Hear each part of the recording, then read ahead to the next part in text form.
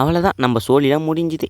இதுவே இந்த உலக அழியத்துக்கு ஒரு காரணமாக இருக்குமோன்னு என்னன்னு தெரியல. ஏன்னா எனக்கு அப்படி தோணுது. உங்களுக்கு அப்படி எதுனா இருந்ததா மறக்காமல் கமெண்ட்டில் சொல்லுங்கள். ஹலோ எவ்ரிவன், நான் Chandru. Welcome to GL family. ஏன்னா இப்போ வந்து ஒரு புயல் வந்தது உங்கள் எல்லாருக்குமே தெரியும். ஏன்னா அது ஒன்றும் சாதாரணமாக வரல. அப்படிப்பட்ட ஒரு பேரழிவை ஏற்படுத்தி தான் வந்ததுன்னு நான் சொல்லுவேன். இதுக்கு முன்னாடி தான் நிறைய புயல் வந்திருக்குன்னு நீங்கள் கேட்கலாம்.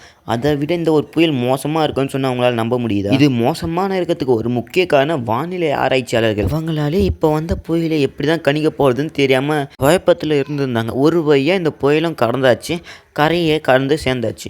அதுக்கப்புறம் என்ன சேதாரத்தை பார்க்கணும்ல. கிராமங்களில் இருக்கிற மக்களுக்கும் சிட்டியில் இருக்கிற மக்களுக்கும் மழை வந்தாலே தாங்க முடியாது. இந்த புயல் வேறு, இதோட பேர் தான் ஃபெங்கல். இந்த ஒரு புயல் பார்த்தீங்கன்னா ரொம்பவும் கடுப்பேற்றுற மாதிரி தான் வந்துச்சுன்னு சொல்லலாம். ஸோ இது கரையை கடக்குன்னு சொல்கிறாங்க. ஆனால் அந்த புயல் பார்த்தீங்கன்னா கரையே கடக்கலை.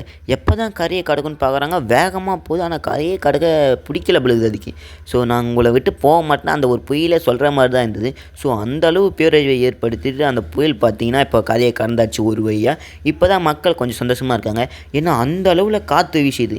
புயல் போகிற இடத்த விட்டுட்டு மற்ற பக்கத்து ஊருங்களில் இருக்கிற எல்லா இடத்துங்களும் காற்று அந்த அளவில் வீசுன்னு தான் சொல்லணும். ஸோ மரங்கிறெல்லாம் பாதிக்கு பாதி காலியாகிடுச்சுன்னு தான் சொல்லணும். ஏன்னா அப்படி ஒரு பேரவை ஏற்படுத்தி இந்த மாதிரி உங்கள் ஊர்லேயும் காற்று வீசியிருக்குன்னு நான் நினைக்கிறேன்.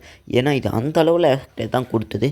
ஸோ நீங்கள் எந்த ஊருன்னு மறக்காமல் கமெண்ட்டில் சொல்லுங்கள். எவ்வளோ காற்று அடிச்சது, எவ்வளோ மழை பெஞ்சதுன்னு அதையும் மறக்காமல் கமெண்ட்டில் சொல்லுங்கள். ஸோ நான் உங்கள் ஊருக்கு இனிமேல் மழை வருமா காற்று வருமா நான் உங்களுக்கு தினமும் அப்டேட் பண்ணினே இருக்கேன்.